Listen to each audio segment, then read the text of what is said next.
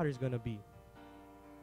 I mean, it's a place where it's hard to think sometimes, because sometimes I think about it. I'm like, how is heaven going to be?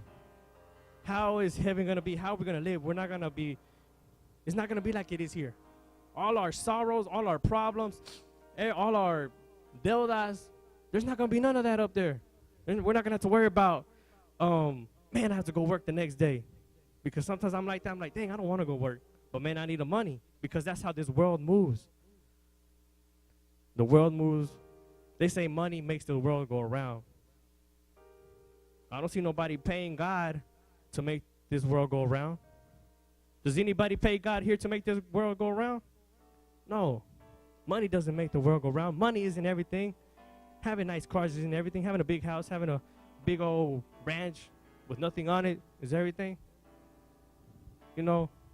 It's stuff that here que nos llama la atención a nuestra carne, because that's what our flesh wants. Our flesh wants so many more, because we see that here in church, there's nothing. There's none of that. But what God has to offer is spiritual. You have to have faith to receive what God has for you. You have to have faith. If you have no faith, you can't receive. God says if you have faith like a mustard seed, you could tell that mountain to move. That little bit of faith, you can have faith like that, you'll receive. Faith makes our world go around. If you have no faith, you're stuck. You're in a situation where I'm like, why am I here? You're in a situation, why was I born? Why do I even go to church? Why do I even do what I do? Even try to go to church, but I just can't. I can't set myself straight. But ask yourself, come to a moment in your life and bow your knees. Bow your knees. You don't have to say nothing. Come to silence. And if you're really concentrating and want to hear something, you'll hear God's voice. I'm not talking maybe literally you hear another person talking to you, but inside of you, there's going to be something that you're going to want, te va a estar redarguyendo. It's going to make you start crying. It's going to make you, como que, when you cry, you let everything out. That's a way of, letting go of all the stress, letting go of every situation, every problem you have. God works like that. That's why I say it's good to cry.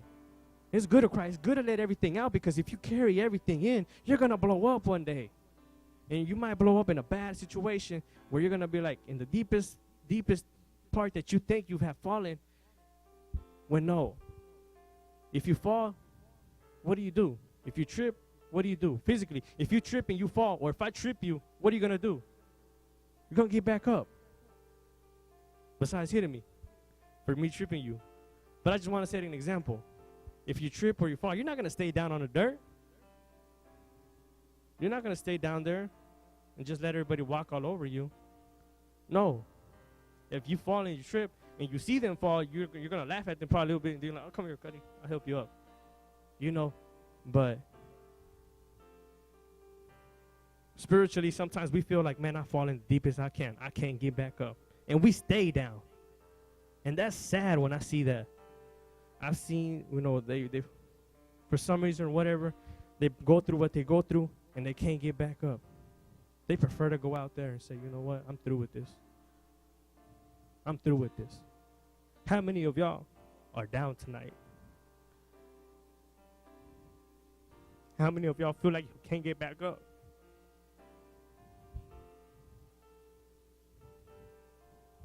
How many times have you felt the devil come and accuse you, say, don't get back up. God is not going to take you back. God is not going to pick you up. Spiritually, we stay down and we don't get back up. So I encourage y'all, if you have fallen, if you feel that you have fallen the deepest that you can, I encourage you that you stand back up, or at least make the effort to get back up. God sees that effort, he's going to come and pick you up. It's like a baby. A parent sees their child fall down. Many times the man says, no, let him get up. Let him get up. He's a big boy. Let him get up. All right. We see that intention that he wants to get up. Okay, then the parent comes and tries to pick him up if he sees he can't. God is that same way with us. Especially if he's talking to you so many times in so many ways and says, I'm going to wait for you now. I'm going to wait for you to get back up. But you got to put that intention in your heart and the desire to want to get back up. Because if you don't want to get back up, you know who's going to walk all over you? You know who's going to walk all over you? The devil is. And how many times, or at this moment, the devil's talking to you and saying, don't listen to him. He ain't got nothing to say. No, I've had that situation. I passed through that situation where I had gone down, and at a moment, I stayed down for a pretty long time. You know, I'd leave church, I'd go to basketball and play basketball to unstress myself. And many times I got into problems out there with the players out there because, you know, there was just so much stress inside of me that I wanted to get out. And, you know, they started pushing, and I was like, all right, you know, let's go. Many people don't see me here like, he can't fight. Well, I probably can't, but, you know, they got me hot. And I was like, all right, let's go. But, you know, it's just something that you feel like you need to go on stress, but you go on stress in the wrong places. There was a moment where a brother came to me and said, why do you leave? Why do you leave when the service starts getting real good? And like I said, how many times have we say that the service is getting good, but I can't feel nothing. We prefer to leave. That's what happened to me. You know, the services would get good, and I say, you know what? I don't feel nothing. I have nothing to do here. I had my own car, so I'd take off. And, you know, when I would take off sometimes, I'd go home crying. Because I know that I messed up. I knew God was talking to me. I knew God was talking to me. He was telling me to go up front and get back up. He was telling me to come up front and redeem myself. But I chose not to. I chose to walk away just like this young rich man. He said, no, I can't do that. I can't give in and go sell all my riches. You know what? He left. He left sad. Because inside, why sad? Because his spiritual life maybe wanted to. But his riches, everything he had more power over him than what the Spirit of God did. We gotta feed our spiritual life. If we don't feed our spiritual life, God ain't gonna. How are we supposed to be victorious over the temptations? How are we supposed to be victorious over the troubles if we don't feed our spiritual life? If we feed everything else, you know, we work our butts off to make more money, but yet we come home tired and we can't bow down our knees. We'd rather lay down in bed and go to, knock out for a while.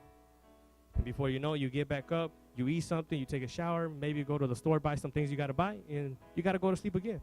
Call it another day. Many times our life becomes so routine that we forget to put God in our schedule.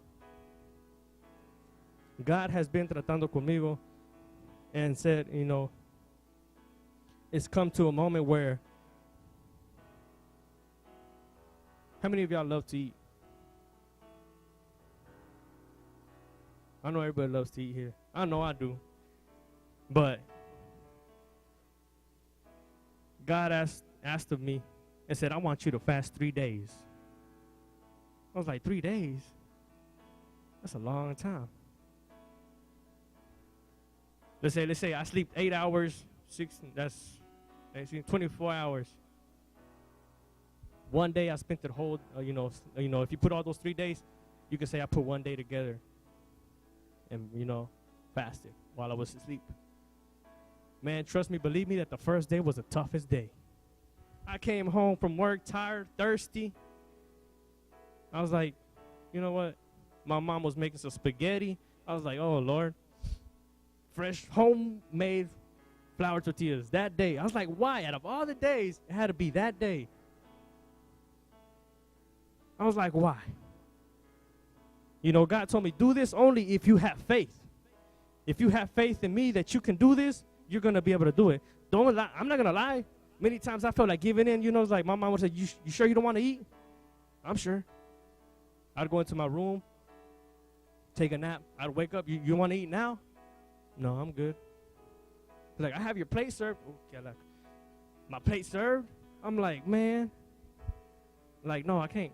I mean, like, no, I'm good. I'm not hungry. Second day came along.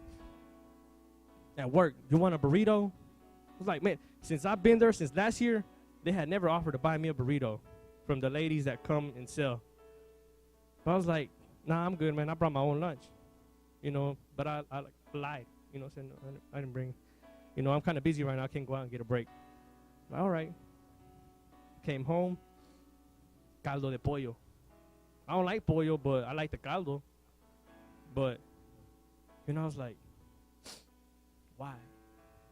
But I'm not going to lie. Many times, even when I was at work, you know, I feel like, you know, the devil would come and attack me and say, why are you doing this? There's not going to be no blessing that day. There's not the purpose I was doing is for God to move within me, to use me tonight the way he wants to use me tonight. For him to use me as he wants me to get the message out to y'all. Third day came along. Third day today. I've lost probably 5 pounds. I'm hungry. But it's not impossible. I had that faith that God put in, even if it was just a little bit of faith, but I can say I have overcome.